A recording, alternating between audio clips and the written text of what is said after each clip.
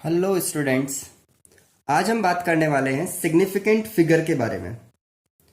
तो significant figure होता क्या है, उसको पढ़ने से पहले कुछ टर्म्स आपको क्लियर होनी चाहिए।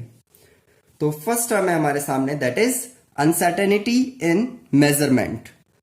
तो मेजरमेंट में कौन कौन सी अनसर्टेनिटी आती है, तो सबसे पहले तो ये पता करते हैं कि मेजरमेंट क्या होता है। देखो, कभी भी कोई भी आप प्रैक्टिकल सब्जेक्ट पढ़ते हैं तो उसमें बहुत सारे एक्सपेरिमेंट्स होते हैं या फिर थ्योरेटिकल कैलकुलेशंस होती है। तो इन एक्सपेरिमेंट को और इन थ्योरेटिकल कैलकुलेशंस को बहुत ही प्रिसाइजली यानी बहुत ही अच्छे तरीके से करना बहुत ज़रूरी होता है, अदरवाइज उनमें कुछ ना कुछ एरर रह जाती है। इनकेस इन मेजरमेंट्स में कोई एरर रह गई तो उसको हम बोलते हैं अनसर्टेनिटी। ठीक है, तो कभी भी कोई मेजरमेंट हम करते हैं तो वो 100% एक्यूरेसी के साथ हम उसकी रीडिंग बार बार ले पाए, ऐसा पॉसिबल कम ही होता है। ठीक है, इस वजह से उसे कहा जाता है अनसर्टेनिटी इन मेजरमेंट। अब इस अनसर्टेनिटी के कितने क्या रीजंस हो सकते हैं, तो फर्स्ट और इंपॉर्टेंट रीजन है that is personal. Personal means किसी पर्सन की वजह से उसमें कोई एरर आ जाए। फॉर एग्जाम्पल कि कोई वर्क हो रहा है, वो मैनुअल वर्क है या कोई मेजरमेंट लिया जा रहा है किसी पर्सन के थ्रू, तो वो पर्सन उसको कितना एक्यूरेटली रीड कर रहा है रीडिंग को, या फिर कैलकुलेट कितनी एग्जैक्ट कर रहा है कैलकुलेशन, तो ये सारी डिपेंडेंसी किस पे होगी, उस पर्सन पे। तो यहां पर अगर इनमें कोई मिस्टेक होती तो वो अनसर्टेनिटी किसकी वजह से आएगी, उस पर्टिकुलर पर्सन की वजह से आएगी। और सेकंड जो रीजन है अनसर्टेनिटी आने का, that is instrument. Suppose instrument he properly work नहीं कर रहा, तो यहां पर अब अनसर्टेनिटी किसकी वजह से आएगी, इंस्ट्रूमेंट की वजह से।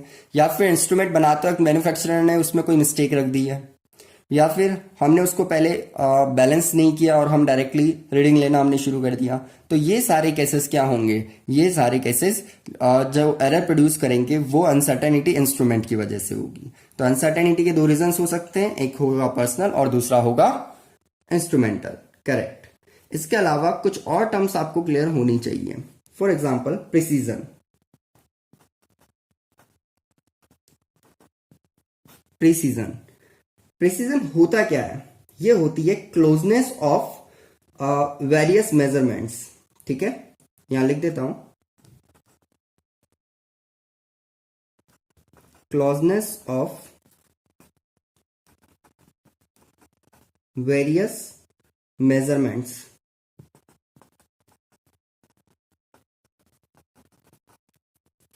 for the same quantity.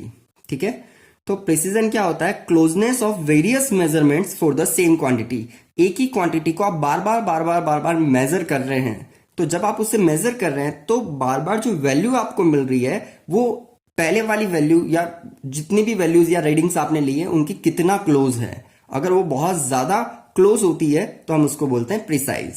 ठीक है, तो प्रिसीजन हमेशा किस पे डिपेंड करता है, ये हमेशा पर्सन पे डिपेंड करता है, ये ध्यान रखना। तो यहां अगर कोई भी प्रॉब्लम होती है तो वो पर्सन की वजह से अनसर्टेनिटी के लिए रिस्पॉन्सिबल होगी। ठीक है, जो दूसरा वर्ड है ये भी आपको क्लियर होना चाहिए, that is accuracy.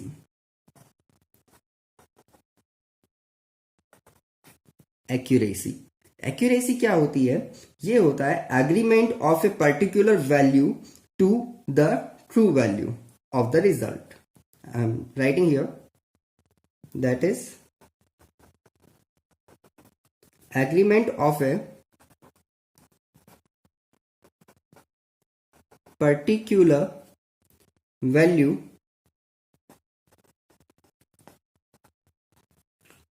to the true value of the result। इसका मतलब समझना कि जो आपकी एक्चुअल वैल्यू आनी चाहिए उस वैल्यू के पास वो पर्टिकुलर वैल्यू कितना आसपास आ रही है, वो उसकी एक्यूरेसी होगी। ठीक है, तो रिपीट कर रहा हूं, जो आंसर आना चाहिए आप उसके कितने पास तक पहुंच पाए हैं वो उसकी एक्यूरेसी को शो कर रहा है, जो इंस्ट्रूमेंट की वजह से होती है। ठीक है, और अगर आप बार बार कोई रीडिंग ले रहे हैं और वो रीडिंग हमेशा आसपास आ रही है तो वो होगी प्रिसाइज वैल्यू, जो पर्सन की वजह से आती है। तो इन दोनों वर्ड्स को समझने के लिए मैं आपको एक टेबल बना के समझा रहा हूँ, इसको अच्छे से समझना, बहुत ईजी और आपको समझ भी आ जाएगा। ठीक है, तो सपोज कि कोई एक्सपेरिमेंट किया जिसमें 3 स्टूडेंट थे। तो सबसे पहले मैं मेंशन कर दूं student A, student B and student C. There are 3 students. ठीक है, और हर एक स्टूडेंट ने 2-2 रीडिंग ली है। ठीक है, तो सपोज कि यहां पर एक मेजरमेंट किया गया जिसमें रीडिंग ग्राम में ली गई है।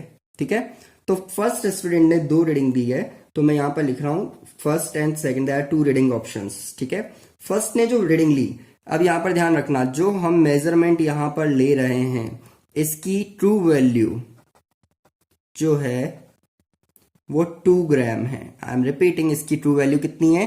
2 ग्राम। ध्यान देना इस पे। अब देखते हैं इनकी कितनी कितनी रीडिंग आई। तो स्टूडेंट ए ने जो फर्स्ट रीडिंग ली वो सपोज आई है 1.95 और स्टूडेंट ए की ही सेकंड रीडिंग आई है 1.93। ठीक है, और लास्ट में मैंने इनका क्या निकाल लिया? एवरेज। एवरेज भी ग्राम में ही रहेगा, एवरेज भी ग्राम में होगा। तो इनका एवरेज निकालता हूं तो ये होगा 1.940। ओके, ये फर्स्ट स्टूडेंट के लिए। अब स्टूडेंट बी ने जब रीडिंग ली तो वो क्या हुआ? तो वो वैल्यू आई है 1.94 और इसकी सेकंड रीडिंग जो आई है वो आई है 2.05। दोनों का एवरेज हम लेते हैं तो ये आया है 1.995। ओके, नेक्स्ट स्टूडेंट सी ने फर्स्ट रीडिंग ली है, ये आई है 2.01 और जो सेकंड रीडिंग आई है ये आई है 1.99। ठीक है, अब इसको चेक करते हैं, इसका average that is exactly 2.000। Okay, अब यहां पर एक्यूरेसी और प्रिसाइजनेस कहां पर क्या इफेक्ट दिखा रही है वो देखते हैं। पहले फर्स्ट स्टूडेंट को डिस्कस करते हैं। तो फर्स्ट स्टूडेंट के केस में क्या हो रहा है? 1.95 एंड 1.93 और उन दोनों का एवरेज यानी आंसर जो आ रहा है 1.94 आ रहा है। तो आंसर तो 2 से काफी डिस्टेंस पे है। आई एम रिपीटिंग, 2 से दूर दूर तक इसका कोई लेना देना नहीं है। इसका मतलब क्या हुआ? इसका मतलब कि आंसर एक्यूरेट नहीं है। तो यहां पर हमें एक्यूरेसी तो देखने को नहीं मिल रही, लेकिन दोनों रीडिंग ऑलमोस्ट एक दूसरे के आसपास चल रही है। तो इसका मतलब हमें यहां क्या देखने को मिल रहा है?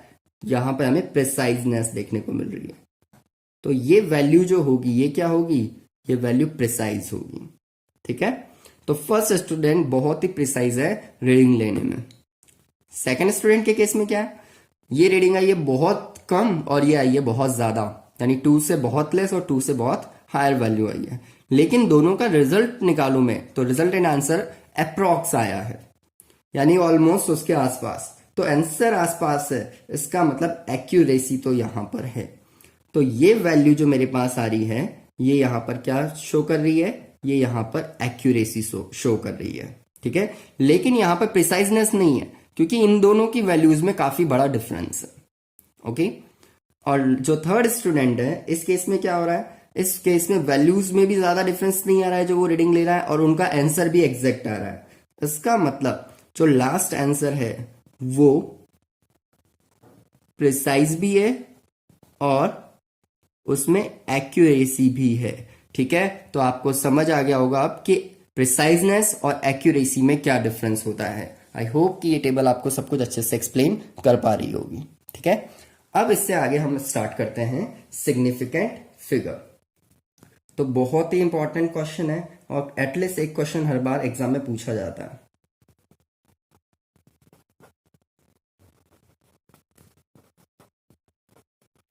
That is significant figure. बहुत ही इंपॉर्टेंट है, मैं मार्क कर रहा हूं, आप इसको ध्यान रखिएगा। होता क्या है सिग्निफिकेंट फिगर कि कभी भी आप कोई रीडिंग लेते हैं तो उसमें बहुत सारे नंबर्स होते हैं, उसमें से कितने डिजिट आप लोगों को उसकी एक्चुअल वैल्यू बता रहे हैं या फिर आप लोगों के काम के हैं, तो उसे हम बोलते हैं significant figure. I am repeating, significant figure का मतलब क्या होता है कि कितने नंबर्स या कितने डिजिट्स जो हैं वो हम लोगों के लिए यूजफुल है, सर्टेन है, तो उसको हम बोलते हैं सिग्निफिकेंट फिगर। वैसे कोई टफ टास्क नहीं है, लेकिन इसके कुछ रूल्स होते हैं। अगर आप ये रूल अच्छे से समझ ले तो आप इजीली बता पाएंगे कि कौन कौन से डिजिट्स काफी यहां पर सिग्निफिकेंट है और कौन से सिग्निफिकेंट नहीं है।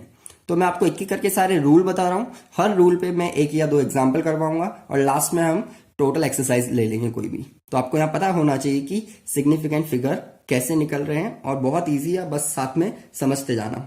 तो कुछ रूल्स मैं यहाँ पे आपको बता रहा हूँ। फर्स्ट रूल जो है वो है कि all non zero digits are significant. All non zero digits are significant. ठीक है, तो फॉर एग्जाम्पल आपको यहां पर वैल्यू गिवन है 285 सेंटीमीटर। तो यहां पर आपसे पूछा जा रहा है कि सिग्निफिकेंट फिगर कितने हैं इसके अंदर। तो क्या एक भी जीरो है यहां पर? नहीं। तो सारे के सारे नॉन जीरो जो होंगे वो सब क्या होंगे? सिग्निफिकेंट। तो 1 2 एंड 3, ये यहां पर 3 डिजिट देखो, काउंट करो 1 2 एंड 3, 3 के 3 डिजिट क्या है? सिग्निफिकेंट। तो इसका सिग्निफिकेंट फिगर क्या हुआ? 3। ठीक है, similarly we have one more example. Suppose there is 9.728 okay gram. In that case यहां पर सिग्निफिकेंट फिगर क्या होगा? यहां पर 1 2 3 4, चाहे वो डेसिमल से पहले है चाहे बाद में, कोई फर्क नहीं पड़ता, बस नॉन जीरो होना चाहिए। तो 1 2 3 4, तो यहां पर सिग्निफिकेंट क्या है? 4। ओके, तो सारे के सारे नॉन जीरो डिजिट जो होंगे वो क्या होंगे? सिग्निफिकेंट होंगे।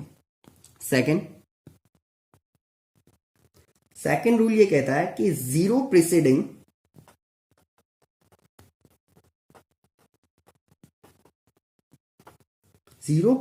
to first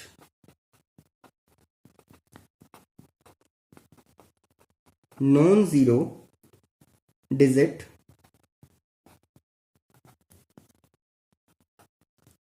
are not significant। वैसे ये हमें पता भी है, लेकिन आपको पता अच्छे से चलना चाहिए कि सपोज देयर इज 0.03, ये एक एग्जांपल हमें गिवन है। तो यहां पर सिग्निफिकेंट फिगर क्या रहने वाला है? ठीक है, तो 0.03, देखो जो फर्स्ट नॉन जीरो है ना, इससे पहले वाले जीरो हम कभी भी सिग्निफिकेंट नहीं मानते। ओके, तो 1 और 2 ये दोनों जीरो हमारे किसी काम के नहीं है। तो इसका मतलब यहां पर सिग्निफिकेंट सिर्फ कौन है? 3। तो यहां पर सिग्निफिकेंट फिगर केवल एक ही डिजिट हुआ हमारे पास। ठीक है, suppose one more example we are taking 0.0052। Okay, तो यहां पर सिग्निफिकेंट फिगर कितने हुए? फर्स्ट नॉन जीरो डिजिट से पहले के जीरोस हम काउंट नहीं करते हैं, तो यहां पर सिर्फ 2 ही हमारे पास क्या हुए? Significant digits. तो आप लोगों को आई होप बहुत इजीली समझ आ गए होंगे दोनों रूल, वैसे काफी इजी थे। लेकिन अब थर्ड रूल से यहां पर थोड़ा आपको अटेंशन देना होगा, तो अच्छे से समझना। अब यहां से कुछ कंडीशंस आपको फॉलो करनी होगी जो अलग है, अब तक आपने नहीं देखी। Zero between two non-zero digits, two non-zero digits are significant, are significant। तो वो जीरोस जो दो नॉन जीरो के बीच में आते हैं वो भी सिग्निफिकेंट होते हैं। ठीक है, तो ये भी एक बार तो इजी है हमारे लिए। तो ये एग्जांपल सपोज मैंने लिया 2.005। ठीक है, तो इसके लिए मेरे पास जो सिग्निफिकेंट फिगर होगा वो कितना होगा? 1 एंड 2, ये तो नॉन जीरो है, लेकिन ये दोनों जीरो इन नॉन जीरोस के बीच में आ रहे हैं, तो ये मेरे लिए कंसिडरेबल है, मुझे इनको कंसिडर करना पड़ेगा। तो यहां पर सिग्निफिकेंट फिगर कितना हो गया? 1 2 3 4, तो यहां पर सिग्निफिकेंट फिगर होगा 4। ओके, इजी है काफी ना। The next one, fourth rule. Fourth rule सबसे इंपॉर्टेंट रूल है जो आपको पता होना ही चाहिए। ठीक है, zero eight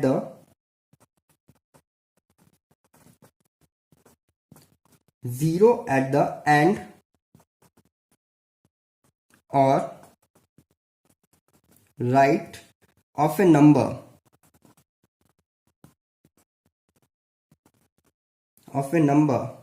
are significant,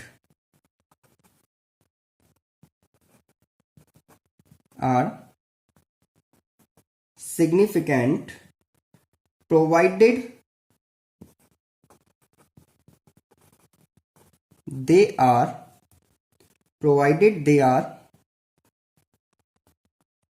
on the right side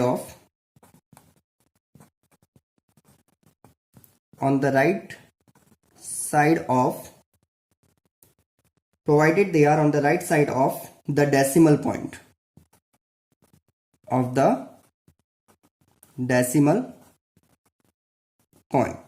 ठीक है। अब इसको समझना ये क्या कहना चाह रहा है, बहुत सिंपल है और यहां पर एक कंडीशन भी है, if the terminal zeros are not significant there is no decimal point. ठीक है, तो ध्यान देना यहां पर एग्जाम्पल दे रहा हूं मैं आपको सीधा ही, ये आपको बहुत इजीली समझा देगा। सपोज कि मैंने यहां पर लिखा 100, ठीक है, 100 है आपको दिखाई दे रहा है। यहां पर सिग्निफिकेंट फिगर कितने हैं ये आपको बताना है, तो यहां पर आंसर क्या होगा। ठीक है, तो यहां पर मैंने लिखा सिग्निफिकेंट फिगर। अब काउंट करो, 1 से राइट साइड में आ रहा है तो 0 एट द एंड या फिर राइट साइड में जो होंगे वो सिग्निफिकेंट होंगे, लेकिन कब, they are provided 1 on the right side of the decimal point. बस शर्त ये है कि वहां पर डेसिमल पॉइंट होना चाहिए राइट साइड में। ठीक है, तो अगर मैं यहां पर बात करूं कि 100 है तो क्या यहां पर आपने डेसिमल यूज किया है? नो। इसका मतलब कि राइट साइड के जो 0 है वो यहां पर काउंट नहीं किए जाएंगे, तो यहां पर इसकी वैल्यू क्या होगी, ओनली 1। तो यहां पर सिर्फ एक ही डिजिट है जो हमारे लिए क्या है, सिग्निफिकेंट है। सपोज मैंने यहां पर लिखा 5000, तो यहां पर सिग्निफिकेंट फिगर मेरे लिए क्या हो जाएगा, दैट इज अगेन 1, क्योंकि 5000 में मैंने कहीं भी डेसिमल का यूज नहीं किया है। लेकिन अगर मैं यहां पर लिखता 100.0, तो यहां पर अगर मैं डेसिमल यूज कर लेता तो अब यहां पर सिग्निफिकेंट फिगर क्या होता, अब यहां पर सिग्निफिकेंट फिगर 4 हो जाएगा, 1 2 3 4, क्योंकि डेसिमल लगने के बाद राइट साइड के जीरोस काउंट किए जाते हैं, जबकि डेसिमल नहीं हो तो राइट साइड के जीरोस की कोई वैल्यू नहीं होती। ये आपको समझना पड़ेगा। ठीक है, तो आई एम रिपीटिंग कि डेसिमल के बाद अगर कोई भी जीरो आता है तो वो आपको काउंट करना ही है। Okay, now the 5th and the last case, बहुत इंपॉर्टेंट है ये भी आपको पता होना चाहिए। Counting numbers of object, counting numbers of objects are always या हैव इनफाइनाइट सिग्निफिकेंट नंबर। ठीक है, समझना, कभी भी कोई ऐसा ऑब्जेक्ट हम लेते हैं जिसको हम इजीली काउंट कर सकें, तो अगर काउंटिंग काफी इजी है तो वो हमेशा क्या होगा, वो इनफाइनाइट सिग्निफिकेंट नंबर को रिप्रेजेंट करेगा। ठीक है, फॉर एग्जाम्पल मैंने यहां पर कोई भी ऑब्जेक्ट ले लिया, सपोज कि हमने लिया यहां पर 20x। ठीक है, फॉर एग्जाम्पल यहां पर हमने लिया 20x, तो इसके लिए सिग्निफिकेंट नंबर क्या होगा, तो सिग्निफिकेंट फिगर यहां पर होगा इनफाइनाइट, सोचना ही नहीं है। ठीक है, सपोज हमने लिया 2 बॉल्स, तो यहां पर सिग्निफिकेंट फिगर क्या होगा, इनफाइनाइट। ठीक है, सपोज मैंने लिया 10 पेन्स, तो सिग्निफिकेंट फिगर क्या होगा, इनफाइनाइट। ऐसा क्यों, क्योंकि ये सब काउंटेबल है। अब इसको समझना कि काउंटेबल में ऐसा क्यों हो रहा है। तो सबसे पहली चीज कि आप लोगों ने 10 पेन काउंट करना है, तो आप 1 2 3 4 5 6 7 8 9 10 फटाफट काउंट कर लेंगे। क्या 10 जब आपने काउंट किया तो वहां पर कोई चांस है कि 10.1 हो जाए या 10.5 या 9.5? No, there are no chances. जो पेन आपने लिए हैं वो एग्जैक्टली एक्यूरेट काउंटिंग के साथ लिए हैं, तो इसका मतलब कि मैं यहां पर अगर 10 को मैं प्रिसाइजली लिखूं यहां पर, तो मेरी वैल्यू कितनी एक्यूरेट हो सकती है। मैं 10 को लिखूं तो 10 के बाद पॉइंट लगा के 0 0 0 0 0 0 0 0 0 0 0 एंड सो ऑन तक कोई मिस्टेक नहीं होगी। क्यों, क्योंकि वो सब एग्जैक्टली काउंट किए गए हैं। लेकिन अगर मैं 1 लीटर मिल्क अगर मुझे यहां पर लेना है सपोज, तो हम सबके घर पे सुबह सुबह मिल्कमैन आता है और वो मिल्क डिलीवर करके जाता है। तो उसके पास एक मेजरिंग डिवाइस होता है जिस पे 1 लीटर की कैपेसिटी का होता है। तो जब वो उसमें 1 लीटर मिल्क लेता है तो उस केस में क्या वो एग्जैक्टली 1 लीटर कभी ले सकता है? क्या उसमें 0.1 का भी डिफरेंस नहीं होगा? होगा, बिल्कुल।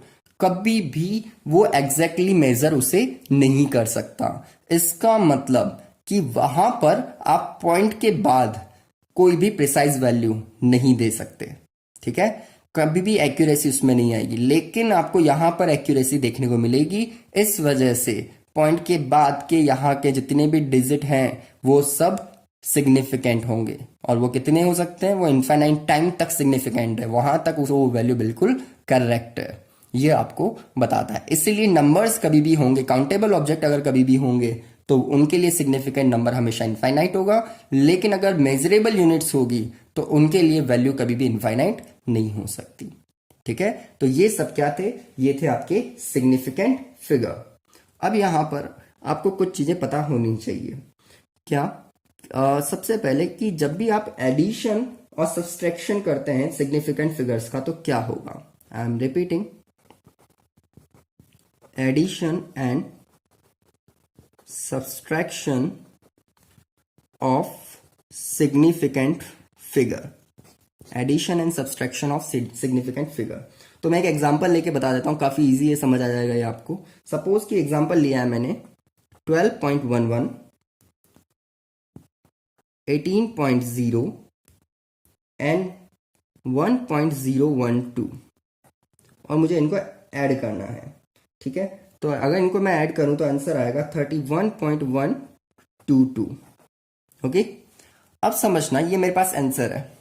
अगर मैं सिग्निफिकेंट के बेसिस पे देखूं तो ये आंसर रॉन्ग है, क्योंकि एडिशन और सब्सट्रैक्शन जब भी हम लोग करेंगे तो वहां पर सिग्निफिकेंट फिगर डायरेक्टली नहीं मेजर किया जाएगा। वहां पर यहां वैल्यू जो होगी देखी जाएगी कि डेसिमल के बाद कितनी वैल्यूज तक, आई एम रिपीटिंग, डेसिमल के बाद जिस नंबर में सबसे कम डिजिट्स होंगे उतना ही सिग्निफिकेंट डिजिट तक आपको जाना है। आई एम रिपीटिंग, डेसिमल के बाद सबसे कम डिजिट होंगे, ठीक है?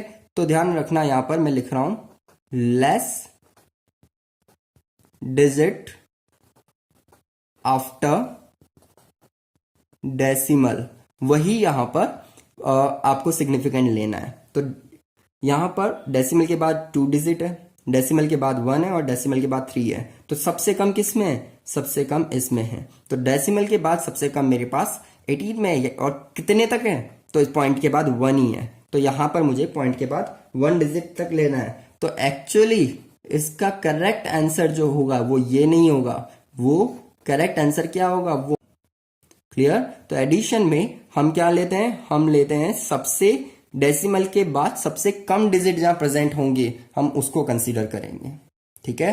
तो आपको इजीली समझ आ ही गया होगा। अब हम इससे आगे नेक्स्ट बात करते हैं। तो नेक्स्ट हम लोग बात करें तो that is multiplication and division of significant figure. Multiplication and division of significant figure. Okay, यहां पर क्या हो रहा है ये देखते हैं। सपोज कि आपको एक प्रोडक्ट करना है 2.5 इंटू 1.25, ठीक है? तो इसको जब आप सॉल्व करेंगे तो आंसर क्या आएगा? आंसर आएगा 3.125। सिंपल। तो एक्चुअली आंसर तो ये आ गया, लेकिन सिग्निफिकेंट वैल्यू अगर आपको फाइंड करनी है तो क्या ये आंसर करेक्ट है? नो।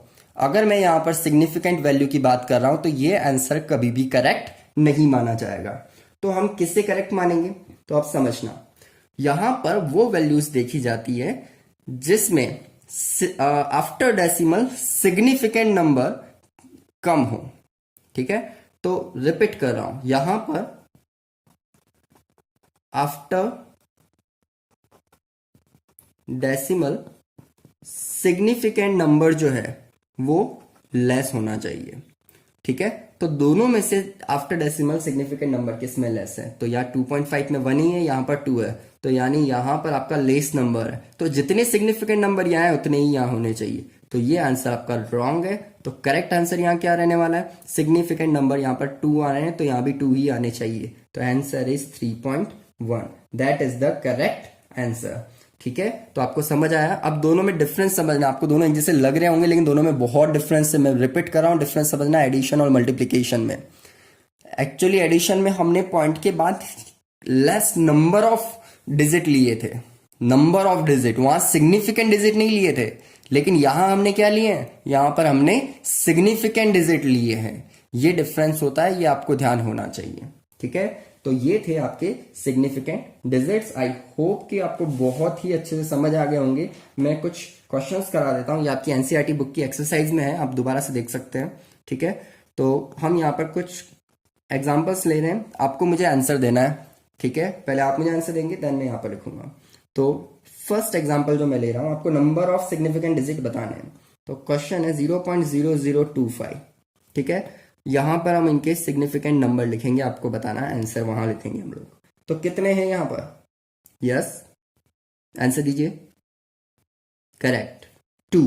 यहां पर सिग्निफिकेंट नंबर कितना होगा, 2। क्यों, क्योंकि फर्स्ट नॉन जीरो डिजिट से पहले आने वाले जीरो काउंटेबल नहीं होते, तो 2 ही यहां पर करेक्ट आंसर हुआ। सेकंड क्वेश्चन हम यहां पर करें कि 208 सपोज यहां पर हमें लिख के दिया गया है। ठीक है, सिग्निफिकेंट फिगर क्या होने वाला है इसका, तो 1, 2 एंड 3, क्योंकि जीरो दोनों नॉन जीरो के बीच आ रहा है, काउंटेबल होगा, तो यहां पर आंसर होगा 3। ठीक है, थर्ड की हम लोग बात करें तो थर्ड जो यहां पर आ रहा है वो आ रहा है आपका 5005। ठीक है, तो इन दैट केस दोनों नॉन जीरो के बीच में जीरो आ रहे हैं तो चारों काउंटेबल है, इसका मतलब आंसर होगा 4। जो फोर्थ आ रहा है हमारे पास दैट इज 126,000। ठीक है, तो इसका सिग्निफिकेंट नंबर कितना होगा, यस 3 क्यों हुआ, क्योंकि जो राइट साइड के जीरो है अगर वहां पर कोई डेसिमल नहीं है तो हम उनको काउंट नहीं कर सकते। तो इसका मतलब यहां पर 1, 2 और 6 को ही काउंट करेंगे तो काउंटेबल, यानी हमारे सिग्निफिकेंट डिजिट यहां पर 3 ही हुए। ठीक है, तो फिफ्थ एग्जांपल है, ये आपको अगेन बताना है मुझे, दैट इज 500.0। तो ये कितने हुए डिजिट, करेक्ट, तो यहां पर आंसर हुआ 4 क्यों हुआ, क्योंकि जो डेसिमल है वहां पर डेसिमल मार्क किया गया और डेसिमल अगर आ जाता है तो इसका मतलब राइट साइड के जीरोस हमें काउंट करने हैं। ठीक है, और जो लास्ट क्वेश्चन है आपकी एनसीईआरटी का दैट इज 2.0034, इसके लिए कितना होगा, करेक्ट, इजी है ये तो 5। Okay good.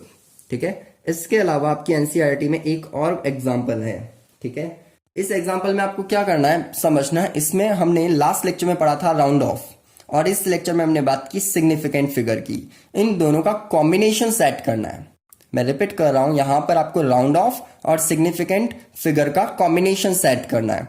तो ये कैसे होगा ये देखते हैं। तो ध्यान देना, यहां पर राउंड ऑफ भी करना है अप टू 3 सिग्निफिकेंट डिजिट, है ना, लिख देता हूं मैं, यहां पर राउंड अप करना है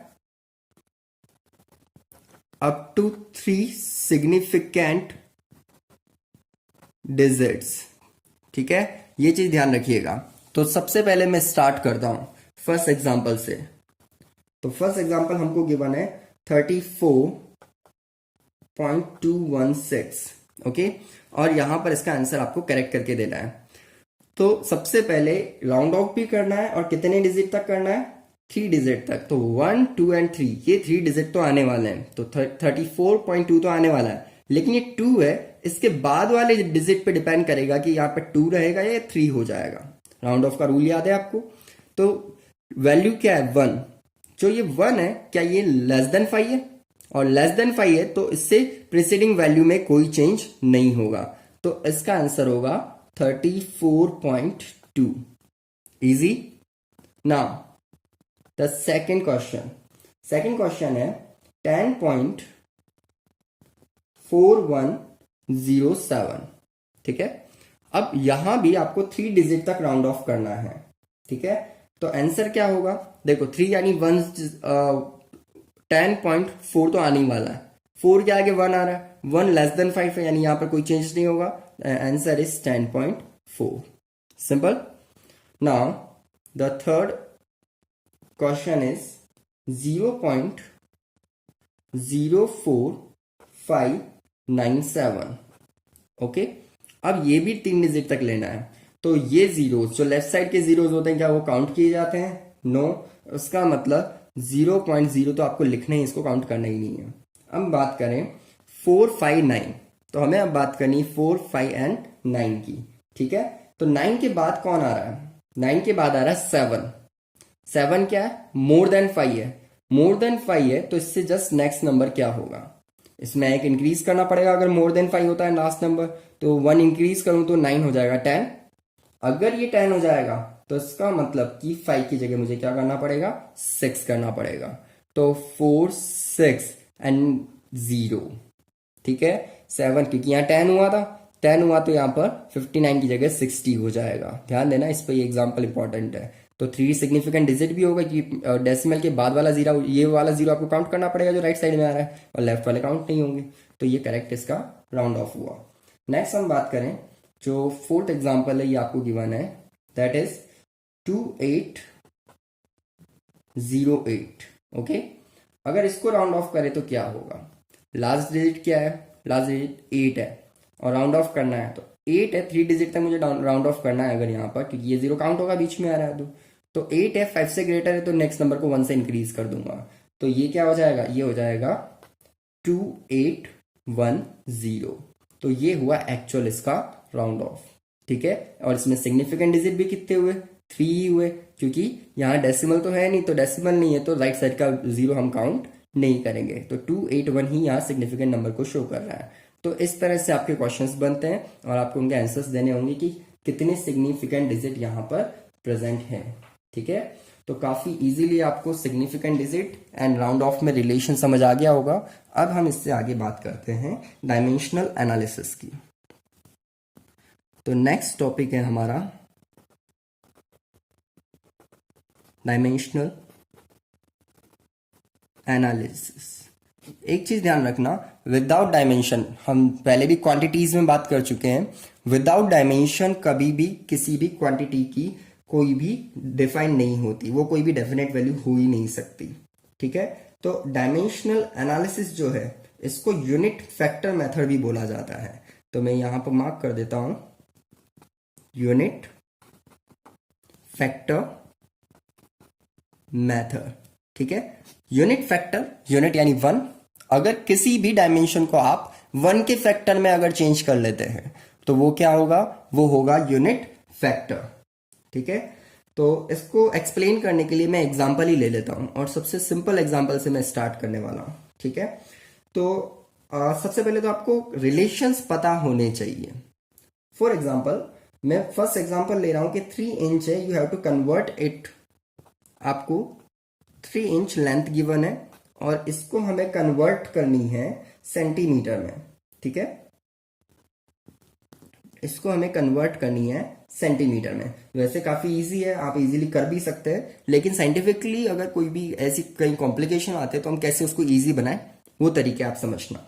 सबसे पहले तो दोनों में रिलेशन आपको पता होना चाहिए.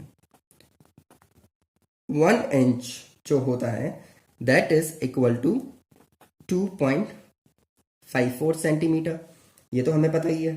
ठीक है, ये रिलेशंस आपको पता होने चाहिए. आई एम रिपीटिंग. अब इसको यूनिट फैक्टर में कन्वर्ट करना है.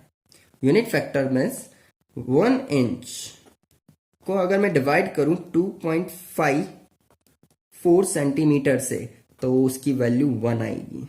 ठीक है, सिमिलरली 2.54 सेंटीमीटर को अगर मैं 1 इंच से डिवाइड करूं तो भी वैल्यू 1 आएगी, क्योंकि दोनों इक्वल क्वांटिटीज हो जाएगी. ठीक है, तो I am repeating, 1 inch divided by 2.54 centimetre is equal to 1 and 2.54 centimetre is divided by 1 inch is equal to 1, क्योंकि दोनों सेम क्वांटिटीज हैं. तो क्या हमने इसको यूनिट फैक्टर यानी 1 के फैक्टर में कन्वर्ट किया, इस वजह से इस मेथड का क्या नाम है? Unit factor method. अब इससे इस क्वेश्चन को कैसे सॉल्व करना है ये मैं आपको बताता हूं. ठीक है, तो सबसे पहले हमें जिसे कन्वर्ट करना है उससे लिख दीजिए आप. तो मैं यहाँ पर आंसर शो कर रहा हूँ, यहाँ पर सॉल्यूशन है, दैट इज 3 इंच। हमें किसको कन्वर्ट करना है? 3 इंच को कन्वर्ट करना है। किस में करना है? सेंटीमीटर में। तो ध्यान रखना, जिसमें कन्वर्ट करना होता है वो हमेशा ऊपर आता है। तो इन दोनों में से मुझे कौन सा फॉर्मूला लगाना है? जिसमें सेंटीमीटर ऊपर है, तो ये वाला मुझे काम में लेना है। तो 1 इंच इज इक्वल टू, मैं इसको इस तरह से लिखूंगा, 3 इंच को मुझे कन्वर्ट करना है, तो 3 इंच मैंने लिखा, मल्टीप्लाई किया 2.54 centimetre, 2.54 centimetre which is divided by 1 inch, which is divided by 1 inch. अब इंच से इंच तो कैंसिल हो गया, तो ये वैल्यूज का मल्टीप्लाई होकर क्या बन जाएगा? सेंटीमीटर। तो यहां पर आप जब इसको सॉल्व करेंगे तो ये आएगा आपके पास 3 इंटू 2.54 सेंटीमीटर, सिर्फ सेंटीमीटर ही यहां बचा, और इसका आंसर होगा जो बिल्कुल करेक्ट होगा 7.62 सेंटीमीटर। ठीक है, तो काफी इजीली समझ आ गया होगा कि किस तरीके से हम लोग यहाँ पर वर्किंग कर रहे हैं। ओके, कुछ और एग्जांपल्स मैं आपको यहाँ पर करवा रहा हूँ, आप अच्छे से करना और इसको समझना, क्योंकि आपको यूनिट कन्वर्जन आना ही चाहिए। क्योंकि जब भी हम न्यूमेरिकल करते हैं ना, तो सबसे पहले आपको यूनिट्स का आइडिया होना चाहिए, क्योंकि जब तक सारी यूनिट सेम सिस्टम में नहीं होगी, यूनिट सिस्टम में, तब तक हम क्वेश्चन का आंसर नहीं निकाल सकते। तो नेक्स्ट एग्जांपल मैं आपको दे रहा हूं कि 2 लीटर ऑफ मिल्क है। ठीक है, 2 लीटर ऑफ मिल्क है, इसको हमें कन्वर्ट करना है मीटर क्यूब में। तो इसको कन्वर्ट करना है मीटर क्यूब में। तो सबसे पहले तो आपको लीटर और मीटर क्यूब का रिलेशन पता होना ही चाहिए, जो हमने लास्ट क्लास में डिस्कस भी किया था। जरा सोचो, क्या आपको याद है कि लीटर और मीटर क्यूब में मैंने आपको क्या रिलेशन बताया था? यस, मैं ये बता देता हूं, 1 metre cube is equals to thousands of litre, means 10⁻³ litre के इक्वल होगा 1 मीटर क्यूब। ओके, तो मैं यहां पर अगर इसको सॉल्व करूं यूनिट फैक्टर की टर्म में, ध्यान रखना मैं इसको 10⁻³ लिखूंगा, तो मैं क्या लिख सकता हूं? 1 metre cube upon 10⁻³ litre is equals to 1। और मैं दूसरे वे में लिखूं 10⁻³ लीटर अपॉन 1 मीटर क्यूब, ये भी इक्वल टू 1 होगा। बन गया यूनिट फैक्टर मेरा। अब जब यूनिट फैक्टर आ गया तो मुझे कन्वर्ट जिसमें करना है वो ऊपर होना चाहिए, ध्यान रखना। ठीक है, तो किस में कन्वर्ट करना है? मीटर क्यूब में। तो मुझे फर्स्ट वाला टर्म काम में लेना है, तो 2 लीटर को मुझे कन्वर्ट करना है, ध्यान रखना। तो 2 litre into 1 metre cube upon 10⁻³ litre, litre से लीटर कैंसिल हो गया, सिंपली आंसर क्या आया? 2 इंटू 10⁻³ की 10⁻³ नीचे, ऊपर जाएगा -3 हो जाएगा, 3 मीटर क्यूब। बहुत सिंपल आंसर है। क्या आप लोगों को समझ आ रहा है? बिल्कुल इजीली। तो ये मेथड होता है, इससे आपको एग्जैक्ट आंसर निकालने में काफी हेल्प मिलने वाली है। ठीक है, एक लास्ट एग्जांपल मैं आपको और देने वाला हूं, ये आप अच्छे से देखिए और उसके बाद लेक्चर ओवर करते हैं हम लोग। ठीक है, बहुत सिंपल है वैसे तो, ये आपको डायरेक्टली आता भी है, लेकिन फिर भी हम बात करें कि आपको टाइम दिया गया है 2 डेज। ओके, और हम जनरली टाइम की लिमिट यूनिट क्या लेके चलते हैं? That is second. तो आपको इसको कन्वर्ट करना है सेकंड में। ठीक है, तो कैसे करें? तो यूनिट फैक्टर बनाते जाओ। देखो, यूनिट फैक्टर अगर बनते जाएंगे तो इजीली आप कन्वर्ट करते जाएंगे। तो यहां पर सबसे पहले मैं बहुत डायरेक्टली बता देता हूं इसको, ताकि इजीली हो जाए। तो हमें यहां मार्क करना है 2 डेज। डेज से छोटी यूनिट क्या होती है? डेज से छोटी यूनिट होती है आवर्स। तो 1 डे में कितने आवर्स होते हैं? 24। तो पहले इसको आर में कन्वर्ट करना है। तो ध्यान रखना, यूनिट फैक्टर में आर ऊपर आएगा, डेज नीचे आएगा। तो मैं मल्टीप्लाई करूंगा 24 आवर्स से और डिवाइड बाई 1 डे। क्या ये यूनिट फैक्टर होगा डे आवर्स के बीच में? अब आवर्स को मुझे किस में कन्वर्ट करना है? मिनट में। तो 1 आवर में कितने मिनट्स होते हैं? 60 मिनट। ठीक है, तो यहां मैं मल्टीप्लाई, क्योंकि अब मिनट में कन्वर्ट करना, मिनट ऊपर आएगा, ध्यान रखना। तो 60 minute divided by 1 hour. Okay, अब मिनट को किस में कन्वर्ट करना है? सेकंड में। अब 1 मिनट में कितने सेकंड्स होते हैं? 60। तो again 60 second divide by 1 minute. Okay, ये यूनिट फैक्टर्स निकाल लिए हमने। अब मिनट से मिनट कैंसिल, आर से आर कैंसिल, डे से डे कैंसिल, रिमेनिंग क्या बचा मेरे पास? 60। तो यहां पर 2 into 24 into 60 into 60 into 60 second, ये मेरे पास रिमेनिंग रहा। जब मैं इनको सॉल्व करता हूं तो ये कितने होंगे, 172,800 सेकेंड, ठीक है। और ये आपका फाइनल आंसर हो जाएगा। तो ये है डायमेंशनल एनालिसिस, ठीक है। आपको ये सारी चीजें एनसीईआरटी में गिवन है। आई होप आपको बहुत ही अच्छे से समझ आ गया होगा, ठीक है। नेक्स्ट लेक्चर में हम लोग बात करने वाले हैं लॉ ऑफ केमिकल कॉम्बिनेशंस, जो बहुत ही इंपॉर्टेंट लेक्चर रहने वाला है, ठीक है। आप इसमें सिग्निफिकेंट नंबर की बहुत अच्छे से प्रैक्टिस करिएगा, ये काफी हेल्पफुल होता है, ये आपको फिजिक्स में भी काम आने वाला है। Okay, thank you.